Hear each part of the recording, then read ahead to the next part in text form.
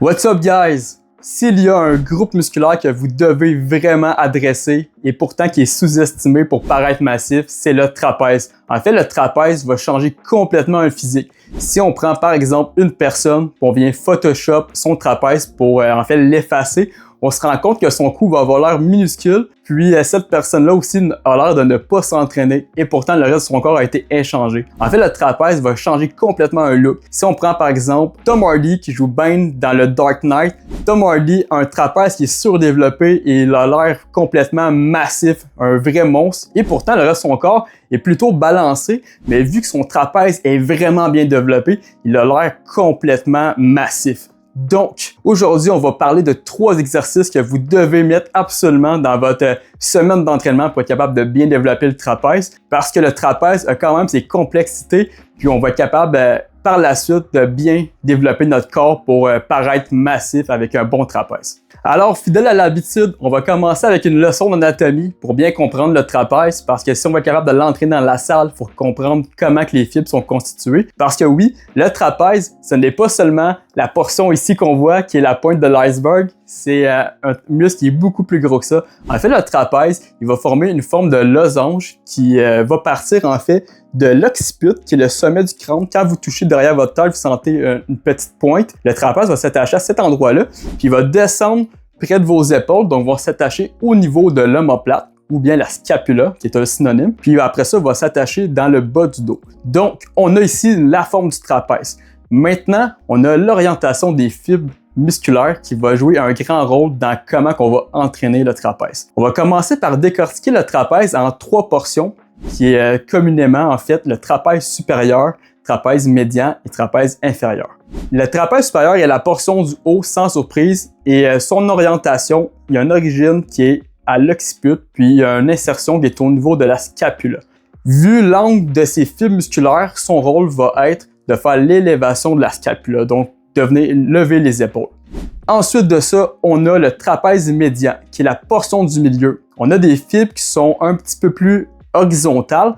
Étant donné le sens des fibres musculaires, le rôle du trapèze médian va être de rapprocher les omoplates ensemble, donc on va dire une adduction. Quand on apporte un segment vers le dedans, c'est une adduction. Puis on a le trapèze inférieur, qui est la portion basse du trapèze, qui est honnêtement la portion la plus négligée par bien des gens qui s'entraînent, et pourtant c'est une des plus importantes pour l'entraînement et la posture. En fait, on a des fibres qui sont obliques. Par contre, malgré le fait que les fibres sont obliques, son rôle principal n'est pas seulement de venir abaisser les épaules, qui pourrait être en fait très logique, mais c'est aussi de venir faire une rotation de l'omoplate. Parce qu'il faut comprendre que les fibres musculaires s'attachent au niveau du haut de l'omoplate et non dans le bas de l'omoplate. Ce qui fait en sorte que quand les fibres musculaires vont s'emboîter ensemble, vont venir faire tourner l'omoplate. Puis une autre chose qu'il faut comprendre aussi, c'est que l'humérus, donc le bras, est fixé sur l'omoplate.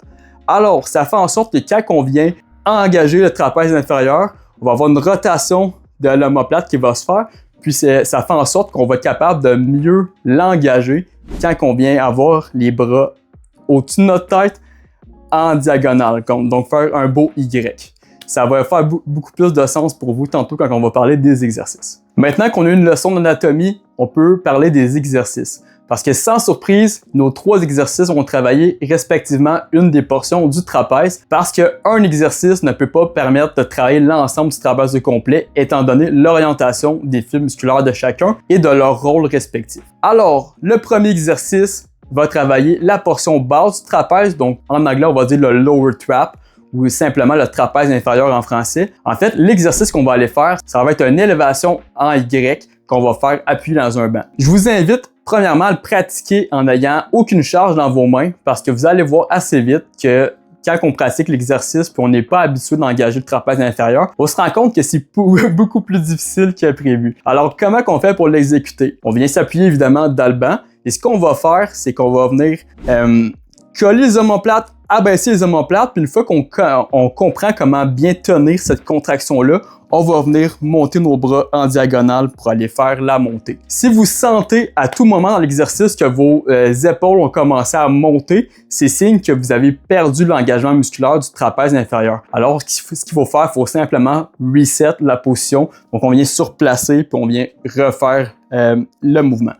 Quand on vient de progresser, on peut aller mettre sans surprise des poids à nos mains. Mais ce qui arrive, c'est qu'on se rend compte que cette portion-là reste une portion du trapèze qui est pas très forte, un petit peu plus endurante. Donc, on parle souvent dans des charges dans les 1, 2, peut-être 5 kilos si on est bien développé, éventuellement peut-être un peu plus, mais pas dans des charges très lourdes comme des 50 kilos.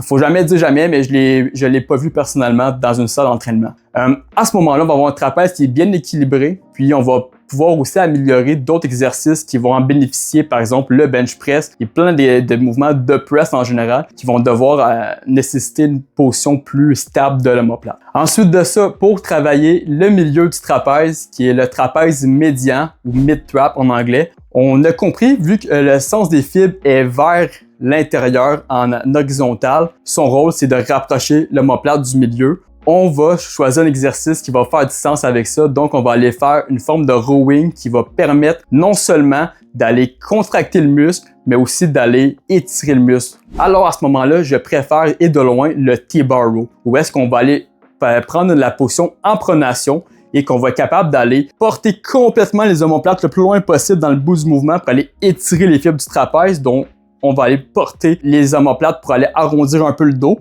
On a notre support qui vient bloquer notre torse pour être capable d'aller chercher l'étirement. Puis après ça, on va aller shrugger carrément nos trapèzes. Donc on va aller les engager complètement puis on va squeezer au bout du mouvement. Oui, vous allez travailler d'autres muscles en même temps. Donc vous allez travailler les grands dorsaux, les biceps, puis quelques muscles qui vont assister. Mais on va être capable d'aller chercher le trapèze en allant chercher cette amplitude-là.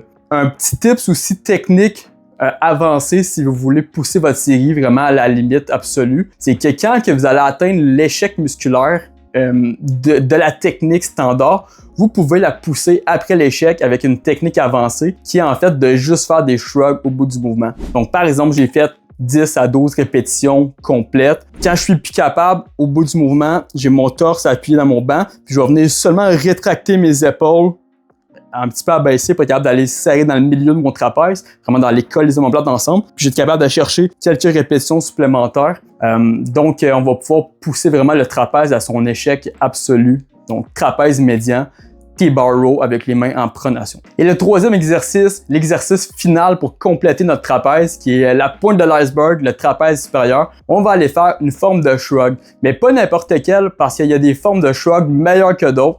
La moins bonne, je vais vous la nommer, après ça je vais nommer la celle qu'on veut faire. C'est la celle où est-ce qu'on est debout avec des poids et qu'on fait seulement lever les épaules. Ce qui arrive à ce moment-là, c'est qu'on vient pas chercher l'ensemble des fibres musculaires du trapèze parce que oui, il y a des fibres devant ici, mais le trapèze supérieur, en fait, il y a une bonne pièce de viande aussi qui est derrière. Alors à ce moment-là, ce qu'on veut faire, c'est d'aller créer une petite inclinaison dans le corps. Donc on va aller faire un high incline shrug. On peut le faire avec des poids libres, ou on peut le faire avec une barre, ça dépend quand même de comment que votre banc est constitué, les différents types de bancs dans les salles. Moi, je l'aime bien avec les polypes. Donc, on va avoir un high incline, puis on va aller porter, oui, les épaules vers le haut, mais vers l'arrière. Donc, on vient reculer le plus possible, ce qui va nous permettre, de d'avoir notre appui de notre banc qui va faire en sorte qu'on va être capable d'aller étirer le muscle dans le bout du mouvement. Et de 2, on va être capable d'aller engager les fibres complètes du trapèze supérieur. Ce qui est important à faire, c'est oui, d'aller chercher l'amplitude complète parce que l'amplitude du trapèze est pas super grande en fait, quand on parle du trapèze supérieur. Mais aussi, c'est important de garder une charge qu'on peut bien maîtriser. Parce que souvent, on va voir de l'ego lift où est-ce que les gens vont prendre beaucoup de trop lourd puis qu'on va seulement avancer le cou, vont faire des quarts de rep. On s'entend que c'est pas avec des quarts de rep qu'on va développer un bench press, un squat. Le trapèze ne fait pas exception à la règle, il faut aussi faire des répétitions complètes. Alors, c'est important d'avoir des charges qu'on peut aller chercher. Oui, une belle contraction, mais un bel étirement qui est relativement confortable. Puis à ce moment-là, on va pouvoir travailler dans du 10, 12, 15 reps parce que oui, l'amplitude est pas très grande, alors on va compenser le temps sous tension en ayant un petit peu plus de répétitions. Puis si vous voulez vous assurer que vous sentez bien le mouvement, vous pouvez même faire une petite pause en contraction puis bien contrôler la négative pour être sûr de ne pas accélérer les reps. Parce que si vous avez compris une tendance quand je parle des exercices en général dans peu importe la vidéo, c'est que c'est toujours important d'avoir une négative qui est contrôlée puis d'avoir un concentré qui est un petit peu plus dynamique où est-ce qu'on va aller bien maîtriser le squeeze puis on va bien sentir la contraction musculaire. Alors, avec ces 3 exercices-là, vous êtes capable de compléter votre travail du trapèze en entier, donc le losange qui forme le trapèze au complet, pour être sûr d'avoir un dos qui est bien équilibré, d'avoir une belle posture, puis finalement d'avoir un beau physique qui paraît massif dans tous les angles, un bon physique équilibré. Un petit bonus, parce que j'en ai pas parlé beaucoup dans l'ensemble de la vidéo, c'est savoir combien de répétitions il faut faire, combien de séries, combien de fois par semaine. En fait, si on parle en premier de la fréquence, si pour vous c'est une faiblesse musculaire, je vous conseille en fait de le faire au moins 2 fois par semaine, parce que si on veut développer un muscle, si on l'entraîne 1 fois par semaine, c'est vraiment suffisant. Où est-ce que c'est intéressant? C'est par exemple dans une séance de haut du corps, si vous faites upper lower, ou dans une séance de dos, si vous faites un push-pull legs, donc dans votre pull day, ça se met super bien finalement dans plein de scénarios possibles. Puis le nombre de répétitions, on en a parlé un petit peu avec le haut du trapèze, c'est un muscle en fait qui a des fibres qui oui sont longues, mais l'amplitude est très petite. Alors c'est plus intéressant de travailler dans des répétitions en haut de 10 reps, pas nécessairement 30, le but c'est comme d'avoir de la belle tension, puis vous allez voir que c'est inconfortable comme mouvement quand on vient squeezer, ça brûle, puis on va même sentir notre tête qui shake. Alors, je vous conseille de rester peut-être dans le 10 à 20. C'est une bonne place pour travailler. Apporter, oui, les séries le plus possible près de l'échec musculaire parce qu'on va avoir une belle tension, puis d'avoir aussi, en fait, une tension mécanique qui met un stress sur nos fibres musculaires. Puis, combien de séries? En fait, c'est selon votre récupération. Si on se rend compte qu'on fait 5 séries puis qu'on a de la misère à bouger notre tête le lendemain, on peut back off à 3. Mais en règle générale, si on entraîne un muscle, une dizaine de séries par semaine, de 10 à 20, ça fait bien du sens. On va le distribuer, oui, sur notre trapèze au complet, puis ensuite de ça, on va être capable de bien le développer. Puis un autre élément important, c'est si c'est pour vous une priorité, placez l'entraînement du trapèze en début de séance, parce qu'on entraîne toujours le muscle qu'on veut développer le plus en premier. C'est une règle d'or en entraînement, c'est important. High-end, great tips.